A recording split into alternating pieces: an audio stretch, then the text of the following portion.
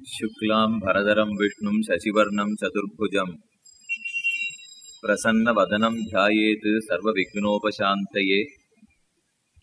यस्य द्विरदवक्त्राद्याः पारिषद्याः परश्शतं विघ्नं निघ्नन्ति सततं विश्वक्सेनं तमाश्रये.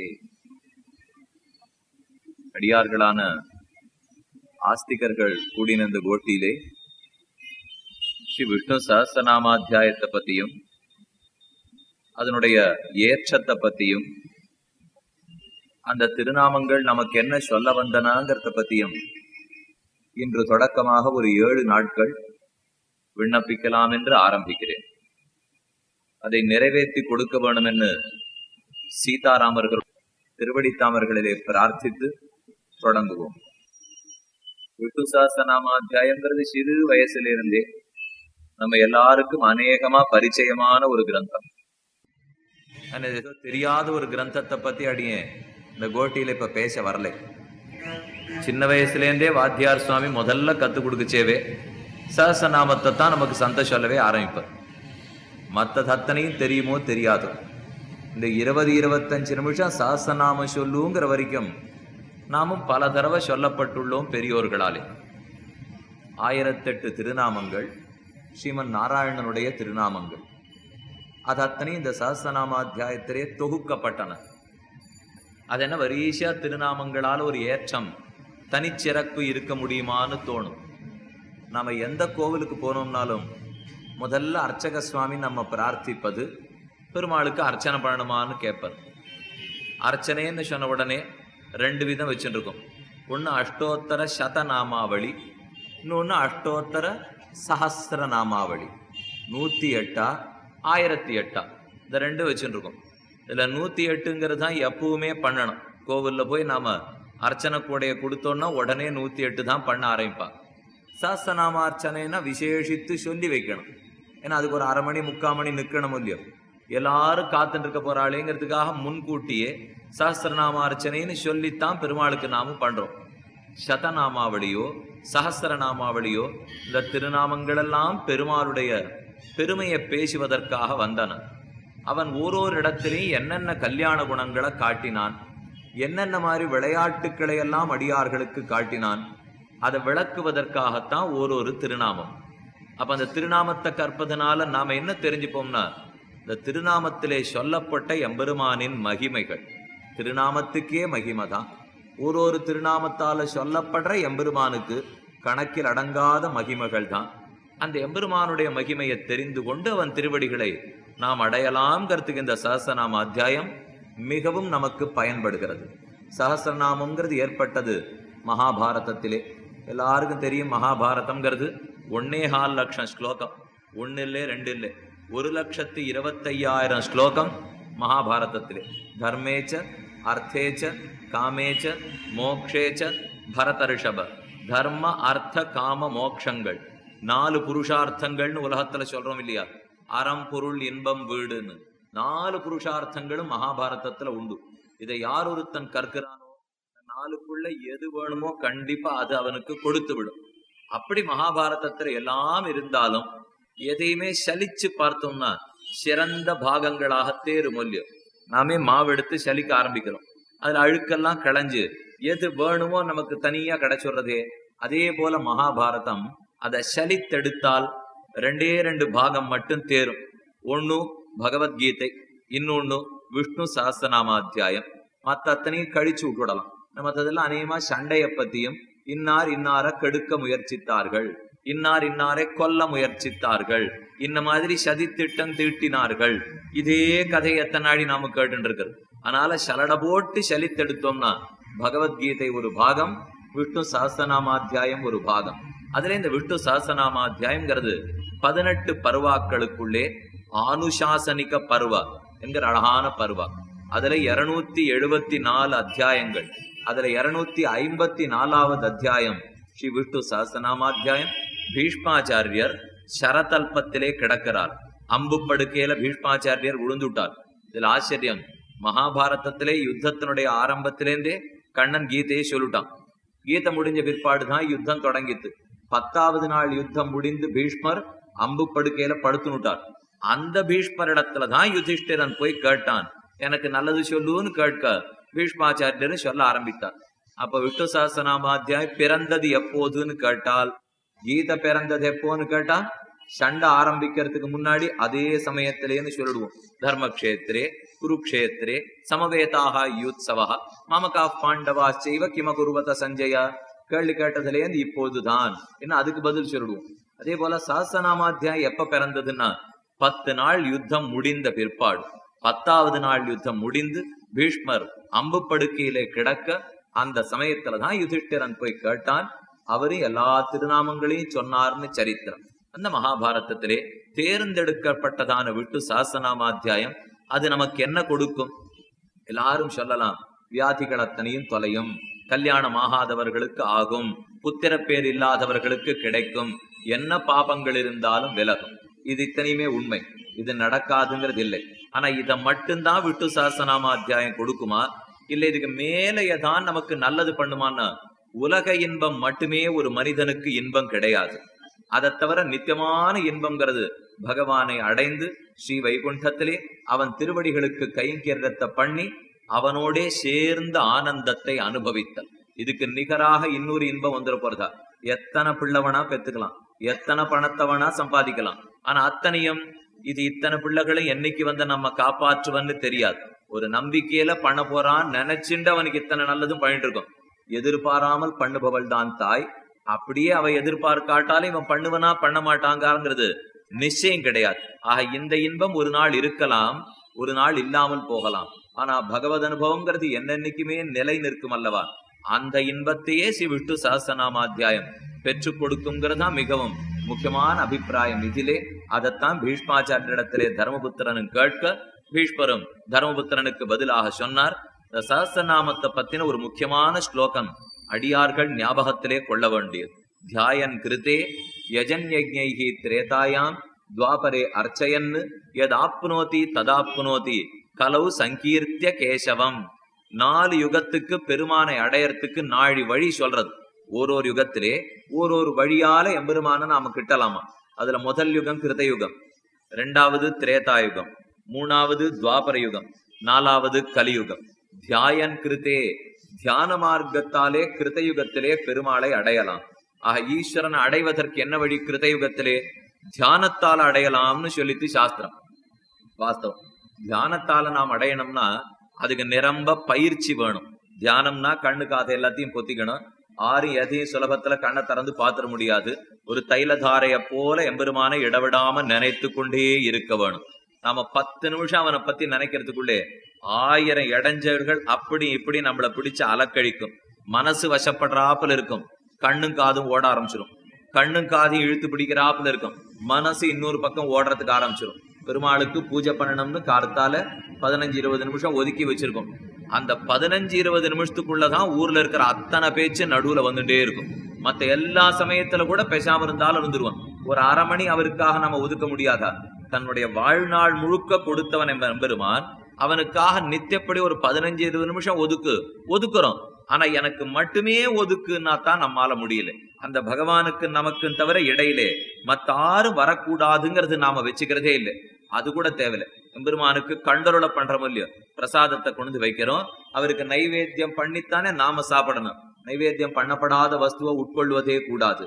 அவருக்கு நைவேத்தியம் கை காமிச்சுட்டு இருக்கோம், வாய் பக்கத்துல யாரிடத்துலயான்னு பேசிட்டு இருக்கோம். அந்த கையை காட்டச்சேவான அவனுக்கு நமக்கு ஒரு நெருங்கின தொடர்பு இருக்க வேண்டாமா? இது இத்தனை என்ன காரணம்னா சம்சாரத்துக்குள்ள நாம் இருக்கிறோம்ங்கிறது உண்மை. மாத்தி இன்னும் நாம ஸ்ரீவைகுண்டத்துக்கு போயிடல.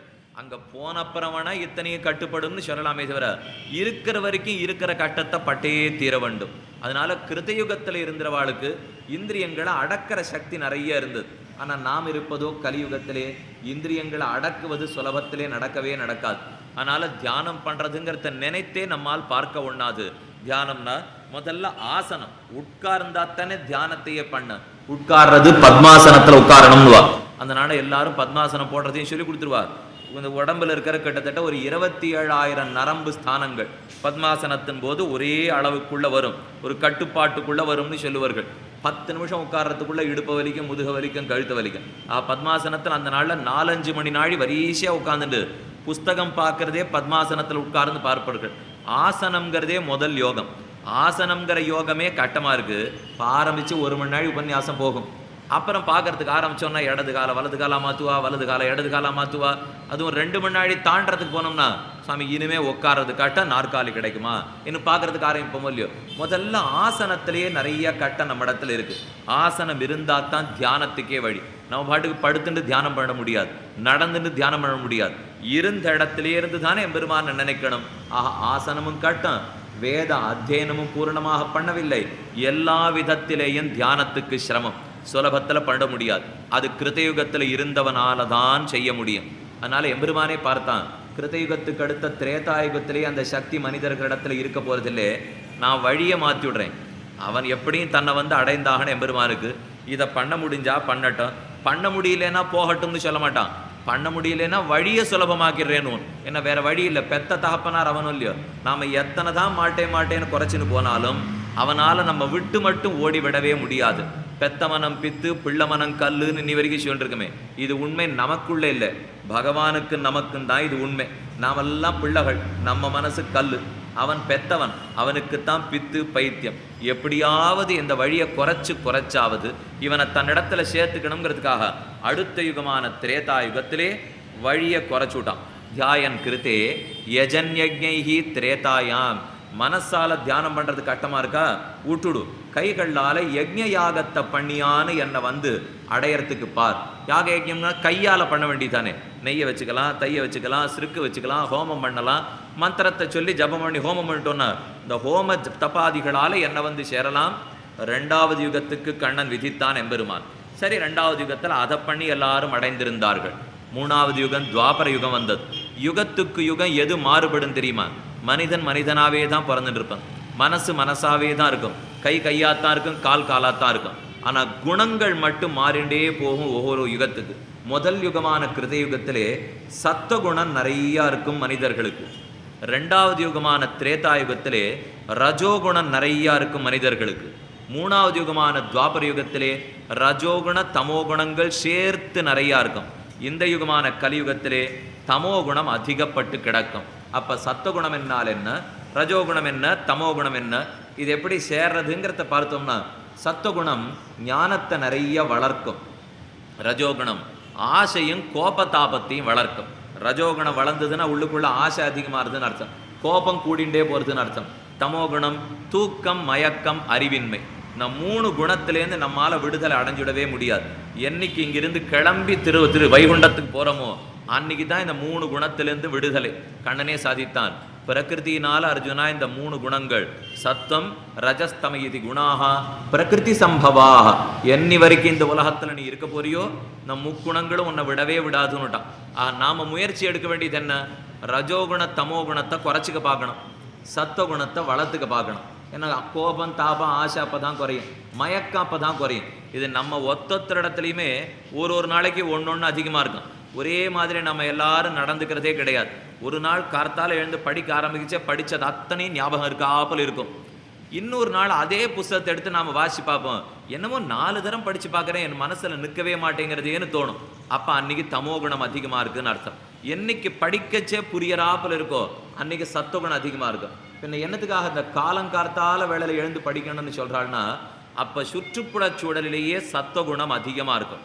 அந்த சமயத்துல வாசிச்சோம்னா சுற்றுப்புற சூழல்லையும் சத்துவகுணம், நமக்கும் கால வேளையில சத்துவகுணம், 2 ஒன்னா போடுத்துன்னா படிப்பு நன்னா வருங்கிறதுக்காகத்தான் விடியற்கால வேளையில படிக்கணும். இன்னைக்கு நாமே கலாச்சாரத்தின்படி, அது மேற்கத்தியதோ கிழக்கத்தியதோ வடக்கத்தியதோ ஏதோ ஒரு கலாச்சாரம் வச்சுப்போம், அந்த கலாச்சாரத்தின்படி ராத்திரி நிறைய முழிச்சுட்டு இருக்கா.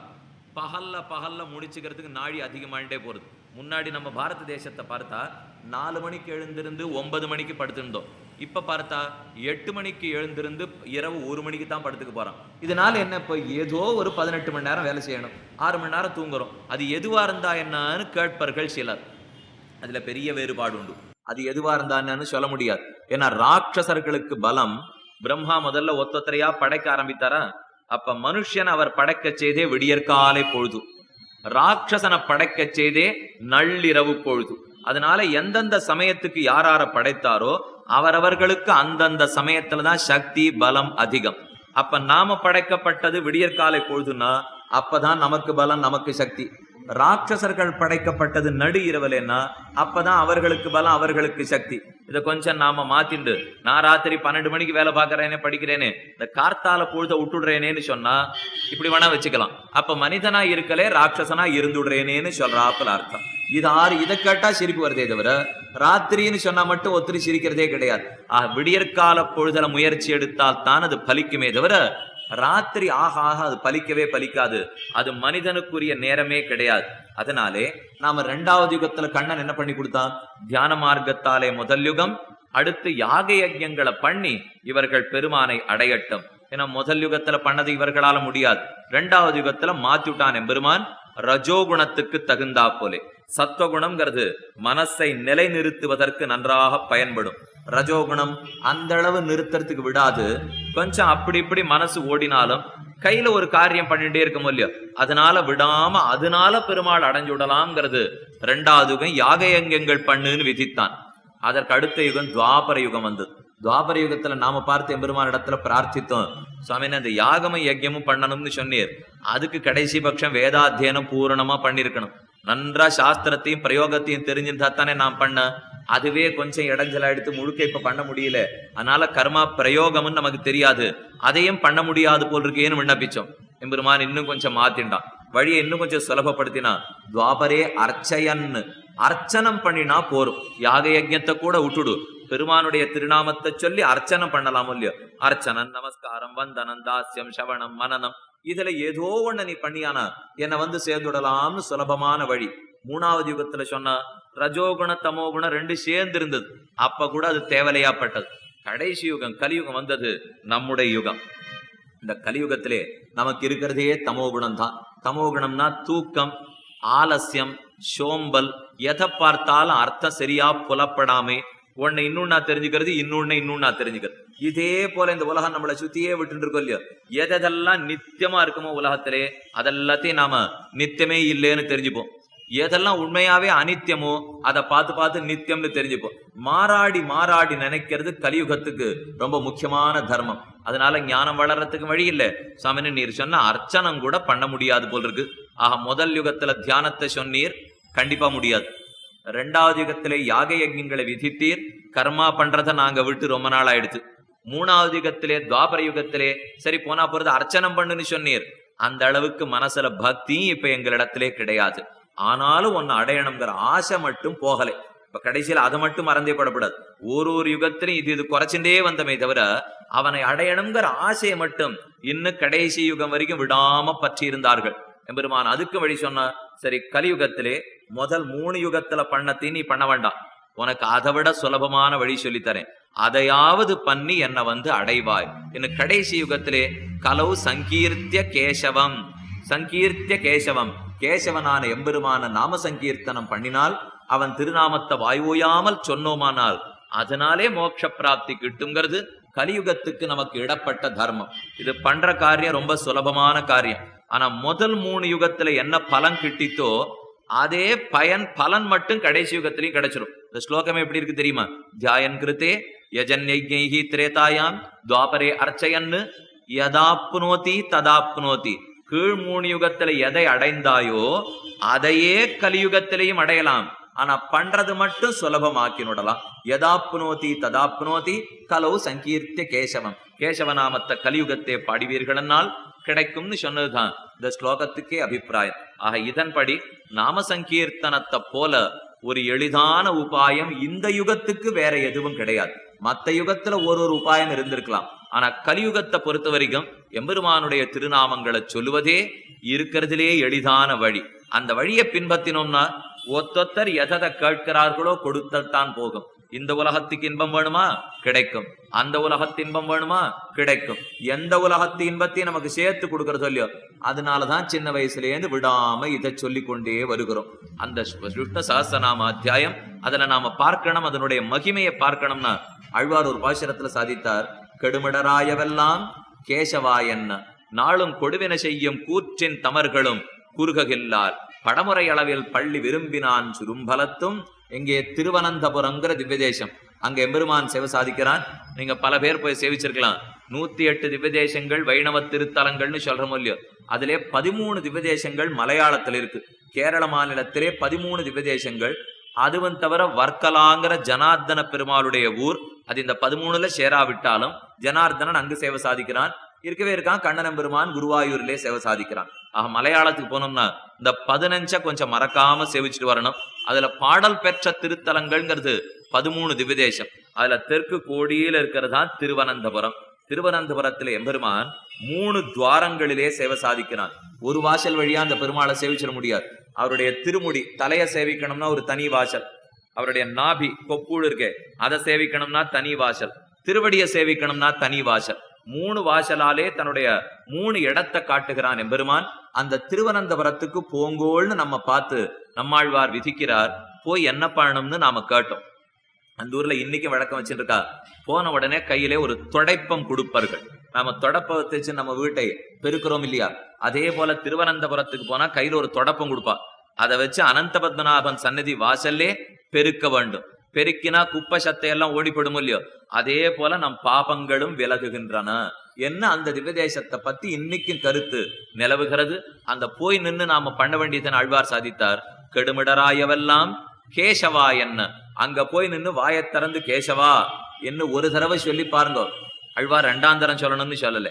கேசவா என்ன கெடும் இடராயவெல்லாம் கெடும். நீங்க சேர்த்து வச்சிருக்கிற அத்தனை பாபங்களும் எங்க போயிட்டுன்னே தெரியாமல் தொலைந்து போகும். வானோ மறிகடலோ மாருதமோ தீயகமோ வானோ ஒருங்கித்தும் கண்டிலமால். வானத்துல போயித்தா, கடல்ல போயித்தா, தீல போயித்தா, காற்றோடு கரைந்ததா, சொல்ல மாட்டாதபடி உங்கள் பாபங்கள் அத்தனை களைந்து போயிடும். போய் ஒரு தடவை கேசவான்னு சொல்லுங்கோள்னா. இது ஆழ்வாருடைய தமிழ் பாசுரம். இப்ப சம்ஸ்கிருத ஸ்லோகம் என்ன பார்த்தோம்? கலவு சங்கீர்த்திய கேசவம். கேசவனை ஒரு தடவை சொன்னியானா கலியுகத்திலே உன் பாபங்கள் அத்தனையும் விலகுகின்றன. ஏன்னா ஒருவேளை நாம அந்த திருநாமத்தை சொல்லாம இருந்தோம்னா பாபம் போகாது. பாபம் போகலைன்னா நரக்கத்துக்கு போய் சேருவோம். வாசல்ல வரவேற்கிறான் யமன், வரவேற்று உள்ள அழைச்சின்னு போயிடுவான். இது சொல்லச்சவே இன்னும் உபன்யாசகர் ஏதோ நரகத்துல போய் வரவேற்புன்னு வேற சொல்லிட்டு இருக்காரு. ஏதோ தெரியாத சொல்றார் போல் இருக்கு. உள்ள நுழையச்சவே என்ன வரவேற்புன்னு நான் சொன்னது சில இடத்துல போறச்சே நல்ல வரவேற்பு கிடைச்சதுன்ற மூலியம் அந்த அர்த்தத்துல சொன்னேன். இது நல்ல வரவேற்புன்னு நான் சொல்லலை. இப்ப வேணும்னு எத்தனை அடி ஒத்தை எல்லாம் கிடைக்குமோ கண்டிப்பா கிடைக்கும். அந்த வரவேற்போட நம்மள உள்ள அடிச்சுன்னு போய் போறான். அவன் முதல்ல நம்மளை பார்த்து சொல்லுவானா, வததி யமஹா. யமஹா கிட்டக்க வந்து நம்ம தோள் மேல தோள் கைய போட்டுக்கிறான் யமதர்மராஜன். அவன் ஒரு வார்த்தை கேட்பனா, கிம் துவயானார்ச்சிதோ தேவஹா கேசவஹா. இந்த ஊர்ல ஒரு 70-80 வயசு நீ உயிரோடு இருந்தியே, ஒரு நிமிஷம் கிடைக்கலையா உனக்கு கேசவான்னு சொல்றதுக்கு? அதை ஒரு தடவை சொல்லியிருந்தியானா உன்னையும் கட்டப்படுத்திருக்க வேண்டாம், என்னையும் கட்டப்படுத்திருக்க வேண்டாம். இப்ப பாரு, நீ வேற இங்க வந்துட்டியா, பெருமான் என்ன கணக்கு கேட்பார். உன் ஊருக்கு வரும்படி ஒத்தனை பாபியா எப்படி வளர்த்தாயின்னு என்னத்தான் கேட்பேன். எல்லாரும் என்ன நினைச்சிருக்கா, யமனுக்கு என்னமோ அந்த ஊருக்கு எல்லாரும் போகணும்னு ஆசைன்னு. அவனுக்கு அதுல ஆசையே கிடையாது. தன் ஊருக்கு ஆறு வந்தாலும் முதல்ல துன்பப்படுவது யமதர்மராஜன் தான். ஏன்னா அவன் தர்மத்தை காக்கிறதுக்கு வச்சிருக்காளே தவிர நரக்கத்துக்கு ஆள் பிடிக்கிறதுக்காக யமதர்மராஜனை எம்பெருமான் வைக்கவே இல்லை. தர்மம் உலகத்துல நடக்கிறதான்னு பாக்கிறதுக்கு தான் யதர்மராஜன். அவன் முதல்ல வருத்தப்படுறான். இவ கீழ் உலகத்துல இருக்கிறச்சே ஒரு தடவை கேசவான்னு சொல்லியிருந்தியானா, கிம் துவயானார்ச்சிதோ தேவஹா கேசவஹா. இங்க வந்திருக்க வேண்டிய தேவையே கிடையாது. என்ன அவன் நம்ம பார்த்து கேட்பான். அப்பதான் கேசவ நாமம்னு ஒண்ணு இருக்குன்னே நம்ம காதுல படுறது. அது வரைக்கும் நாம விட்டுட்டோம். ஏன்னா கீழ் உலகத்துல இருந்த வரைக்கும் எத்தனையோ பெரியவர்கள் சொல்லித்தான் போந்தார்கள். இருந்தாலும் நம்ம மனசுலே இந்த கேசவா கேசவாங்கிற நாமும் படலை. தொண்டரடி புடியாழ்வார் திருமாலைங்கிற 45 பாசுரங்கள் பாடினார். அதுல அழகா சாதிக்கிறார். கத்திரபந்து மன்னே பராங்கதி கண்டுகொண்டான், 3 எழுத்துடைய பேரால் கத்திரபந்து மன்னே பராங்கதி கண்டுகொண்டான். ஒரு சின்ன கதை சொல்றார் ஆழ்வார். அடுத்த கதை சாதிக்கிறார். நமனும் முத்கலனும் பேச நரகில் நின்னார்கள் கேட்க, நரகமே சுவர்க்கமாகும் நாமங்களுடைய நம்பி. 2வது கதை சொன்னார். 2 கதையும் என்னன்னு சொல்றேன். அதுக்கப்புறம் ஆழ்வார் என்ன பண்ணார்னா, இந்த 2 கதையும் கேட்டுட்டு ஒருத்தன் திருநாமத்தை வாழ்க்கை முழுக்க சொல்லாமலே இருந்துட்டானா. அவன் நிலை என்னன்னு இன்னொரு பாசுரத்திலையும் சொல்றார் தொண்டடிப்புடி ஆழ்வார். முதல் கதை க்ஷத்ரபந்துன்னு ஒருத்தன் இருந்தான். வாழ்க்கை முழுக்க திருடி திருடியே அழிச்சான். வழிப்போக்கர்கள் 6 இருந்தாலும் திருடாமல் இருக்கிறதே கிடையாது. அவனுடைய விசித்திரமான ஈஸ்வர சங்கல்பம் பகவான் அவனுக்கு அந்த வழியா ஒரு பிராமணோத்தமர் விருத்தர் ஆச்சாரியர் போயிட்டு இருந்தார். அவருக்கு ரொம்ப பசி தாகம் மயக்கமா கீழே விழுந்துட்டார். அவர் இவன் போய் அவருக்கு தண்ணீர் தெளித்து கொஞ்சம் தீர்த்தம் கொடுத்து அவரை எழுப்பி கூட்டி நிறுத்தி வச்சான். இவன் ஒண்ணு அவரிடத்துல நல்லெண்ணத்தோட எல்லாம் எதுவுமே பண்ணிவிடல. சரி, வழியில யாரோ கிடக்கிறாருங்கிறதுக்காக எழுப்பி உட்காத்தி வச்சான். உடனே அந்த பெரியவர் நீ என்ன தொழில் செய்கிறாய்ன்னு கேட்டார். இவனுடைய தொழில் என்னான்னு சொல்லி கொடுத்தான். உன்னுடைய தொழிலை பத்தி எல்லாம் நான் இப்ப சொன்னா நீ புரிஞ்சுக்க போறதில்லே. ஏன்னா நீ திருடக்கூடாது, இது ஆத்மாவுக்கு நல்லது நடக்காது, சரீரம் தான் வாழும், இதெல்லாம் உபதேசம் பண்ண ஆரம்பிச்சா 6 நாஸ்திகன்னு கேட்டுக்கவே போறதில்லை. இப்ப ஆஸ்திகர்கள் நமக்கே அப்பப்பது புரிய மாட்டேங்கிறது. நாஸ்திகனு போய் இதெல்லாம் தப்பு தவறுன்னு சொல்லிட்டு அவன் கேட்டு இருக்கு போறானா. அதனால அவர் அழகா வழி சொல்லி கொடுத்தார். நீ என்ன பண்ணிட்டு இருக்கியோ பண்ணிட்டு, நான் ஒன்னும் தடுக்கல. இப்போ ஆனா உனக்கு ஒரு நாமத்தை மட்டும் நான் சொல்லி கொடுத்துட்டு போறேன். 3 எழுத்து தான், 30 வரி இல்லை, 30 பக்கம் இல்லை, 3 எழுத்தோட கூடின ஒரு நாமத்தை சொல்றேன். அதை மட்டும் நீ விடாம சொல்லிட்டு எனக்கு நீ பண்ணிக்கிற உபகாரம் அதுதான். அந்த உதவியை பண்ணுவியான்னு கேட்டார். வயசானவர் கேட்கிறார், 3 எழுத்துன்றார், என்ன பெரிய காட்டான். சரி சொல்லும் என்ன அவனு சொல்லி கத்துனுட்டு விடாம அந்த திருநாமத்தை சொல்லிட்டானா. இந்த நாமத்தை சொன்ன தாக்கம் தன் உடலிலும் மனசிலும் ஏற்பட இவனுடைய பாபங்கள் மெதுவா கழிய, பாபம் கழிவதனாலே மேல பாவத்தை சேர்க்கிற காரியங்கள் பண்ணிட்டானே அதுவும் குறைய, காரியம் பண்ணதுனால கர்மா குறைய, கர்மா இல்லாதனால காரியம் குறைய. இந்த ரெண்டும் என்னைக்கு மாத்தியே போயிட்டு இருக்கும். சுவாமி நான் தப்பா பண்றதுனால பாபத்தை சேர்க்கிறேன்னா, இல்ல பாபம் ஏற்கனவே சேர்த்துட்டதுனால தப்பா பண்றேனான்னு எல்லார் மனசுலயும் கேள்வி இருக்கும். இதுக்கு அவ்வளவு சுலபத்துல பதில் கிடைச்சிடாது. இது எது முன்னாடி நாம விசாரம் பண்ணிட்டே இருக்க வேண்டியதான். இருக்கிற பாபத்தால தூண்டப்பட்டு தவறான செயலா, அல்லது தவறான செயல் செய்தபடியால நான் பாபத்தை சம்பாதிக்கிறேன்னா, ரொம்ப நாளா பாபத்தை சேமித்து தான் வச்சுருக்கேன், அதுவும் தூண்டி விடும் தவறான செயல் புரிய. அந்த செயல்னால மறுபடியும் பாபத்தை சேர்ப்போம். வெளியில வர்றதுக்கு ஒரே வழி பகவானுடைய கிருபை தான். அந்த கிருபை ஒண்ணுனாலதான் இதுல இருந்து நம்மால் வெளியில வர முடியும். அந்த கிருபைக்காகத்தான் இந்த பெரியவர் அவனுக்கு 3 எழுத்தோட கூடின திருநாமத்தை சொல்லி கொடுத்துட்டார். ஆழ்வார் சர்வ ஜாகிரதையா பாசுரத்திலே இந்த 3 எழுத்து நாம எதுன்னே சொல்லல. 3 எழுத்துடைய பேரால் கத்திரபந்து மன்னே பராங்கதி கண்டுகொண்டான். சத்திரபந்துன்னு அவனுக்கு பேரா. 3 எழுத்தை சொல்லிட்டே இருந்தா மோட்சத்துக்கே போயிட்டான்னார் ஆழ்வார். நம்ம கிட்டக்கு போய் சுவாமி அந்த 3 எங்களுக்கும் சொல்லி கொடுக்கப்படாதா, 3 என்னமோ மறைச்சு சொல்லிட்டு இருக்கிறே, அந்த 3 எதுன்னு சொல்லக்கூடாதான்னு கேட்டோம். அப்பதானே நீ என்கிட்ட இப்படி கேட்க வருவே. நான் மட்டும் அதை எந்த திருநாமம்னு பாட்டுல சொல்லிருந்தேன்னா இவ்வளவு தூரம் ஆசையோட நீ எங்கேயானு கேட்கறதுக்கு வந்திருப்பியா? நான் மறைக்கவே தானே ஆசையோட நீ கேட்கறதுக்கே வருகிறாய். பெருமாள் ஆகும் பிரசாதம் கொடுப்பா, சுண்டல் கொடுக்குறா, சக்கரபம் கொடுக்குறா, புளியோரை கொடுப்பா. மார்கழி மாசம் வந்துருச்சுன்னா இன்னென்ன பாய்ச்சறதுக்கு இன்னென்ன பிரசாதம்னு வச்சிருப்போம். கையில இப்படி கொடுத்து நிறைய மூட நெய் பெய்து முழங்கை வழிவார நல்ல க்ஷீரான சக்கரபொங்கல் கொடுத்தா கூடார வெல்லும் சீர்கோவிந்தா அன்னைக்கு வாங்கிட்டு வெளியில வருவோம்.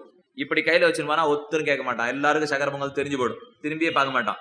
இங்கேயே நம்ம முழுக்க சாப்பிட்டு முடிச்சுட்டு ஒண்ணு இல்ல இப்படி உத்திரியத்தை எடுத்து வெறும் கையை உள்ள வச்சுன்னு வெளியில போய் பாருங்க, என்னமோ சுவாமி எடுத்துன்னு போறாரு, என்ன எடுத்துன்னு போறாரு எல்லாரும் நம்மளை பிடிச்சு கேட்பான். கையில சக்கர பொங்கல் எடுத்துன்னு போனா ஒத்துன்னு திரும்பி பார்க்க மாட்டான். இந்த வெறும் கையை உள்ள மறைச்சிருந்தேன்னா என்னன்னு கேட்பான். மறைத்து வைத்தாத்தான் ஆவலே நமக்கு நிறைய புலப்படும். அதனால தொண்டர்படியாளர் அப்படியே மறைச்சு விட்டார். 3 எழுத்துடைய பேரால் கத்திரபந்து மன்னே பராங்கதி கண்டுகொண்டான். 3 எழுத்துனார். மாதவா 3 எழுத்து, கேசவா 3 எழுத்து, கோவிந்தா 3 எழுத்து, ஸ்ரீதரா 3 எழுத்து. நமக்கு எது ஆசையோ அதை வச்சுக்கலாம். ஆழ்வார் சொன்னது 3 எழுத்துடைய பேரால் கத்திரபந்து மன்னே பராங்கதி கண்டுகொண்டான். அதை சொல்லிண்டே இருந்தவனுக்கு பாபங்கள் தொலைந்து போய் மோட்சத்துக்கே போய் சேர்ந்துட்டான். இது க்ஷத்ரபந்தூபாக்கியானம்னு ஒரு கதை. அந்த கதையை தொண்டர்படியாளர் சொன்னார். அடுத்த கதை சொன்னார். ஒருத்தன் வந்திருக்கான், தான் நமனும் முத்கலனும் பேச. இதுக்கு முத்கலோபாக்கியானம்னு பேர். முத்கலன் மகாபாபி. அந்த பாபம் பண்ணவன் தானு வந்து சேர்ந்திருக்கான் யமபட்டணத்துக்கு. யமதர்மராஜன் வாசல்ல அவனை நிறுத்தி வச்சு பேசிட்டு இருக்கான். உள்ள நரகத்துல நிறைய பேர் இருக்காளோ இல்லையோ, ஏற்கனவே பாபம் பண்ணிட்டு அனுபவிச்சுட்டு இருக்காளே அந்த கட்டத்தை, அவர்கள்லாம் இவ 2 பேரும் ஏதோ பேசிட்டு இருக்காளே, என்ன பேசிட்டு இருக்காள்னு காதை தீட்டின்னு கேட்டு இருக்கா. இவன் என்ன சொல்றான் யமதர்மராஜன், ஒரு தடவை கேசவ நாமத்தை சொல்லிருந்தியான இங்க வந்திருக்க வேண்டாமே என்ன இவன் சொன்னான். வந்த முத்கலன் கேட்டான், அப்படி என்ன கேசவ நாமத்துக்கு மகிமைன்னு. சரி சொல்றேன்னு நாமத்தினுடைய மகிமையெல்லாம் யமதர்மராஜன் சொல்ல ஆரம்பிச்சான். அவ 2 பேரும் பேசிட்டு இருக்கிறத உள்ள இருக்கிறவா காது கொண்டு கேட்டாளோ இல்லையோ, ஆழ்வார் எழுதி வைத்தார். நமனும் முத்கலனும் பேச நரகில் நின்னார்கள் கேட்க, நரகமே சுவர்க்கமாகும் நாமங்கள் உடைய நம்பி. அடுத்த நிமிஷம் நரக்கம் முழுக்க ஸ்வர்க்கமா மாறிப்படுத்தான். திரும்பி வந்து பார்த்தா யமதர்மராஜன் கவுரான்னு சந்தேகம் வந்துட்டவனுக்கு. ஏன்னா இவன் என்னென்ன துன்புறுத்துறதுக்கு வழியெல்லாம் கண்டுபிடிச்சு வச்சிருந்தானோ ஒன்னையுமே காணும். அழகா எல்லாரும் நாம சங்கீர்த்தனை பண்ணிட்டு இருக்கா. சரி நமக்கு இனிமே வேலையே இல்லைன்னு தெரிஞ்சு விட்டானாம் யமதர்மராஜன். வாசல்னு பேசினது உள்ள இருக்கிறவா 6 திருநாமத்தை சொல்லல, தாங்கள் நாம சங்கீர்த்தனை பண்ணவே இல்லை. 2 பேர் நாம சங்கீர்த்தன மகிமைய பேசின்னு இருந்ததே, காது கொடுத்து கேட்டத்துக்கே இவனுக்கு எத்தனை பலம் ஏற்படும்னா, நாம வாய் திறந்து ஒரு தடவை அந்த திருநாமத்தை சொன்னால் எத்தனை பலன் நமக்கும் கிடைக்கும். ரெண்டாவது கதையும் சொன்னார் ஆழ்வார். ஆக இப்ப 2 கதை விண்ணப்பம் பண்ணியிருக்கேன். ஒன்னும் க்ஷத்ரபந்துவை பத்தினது, ரெண்டாவது முத்கலனை பத்தினது. இந்த 2 கதையும் சொல்லி முடிச்சார் ஆழ்வார். ஆனாலும் நாம திருந்தறதா இல்லை.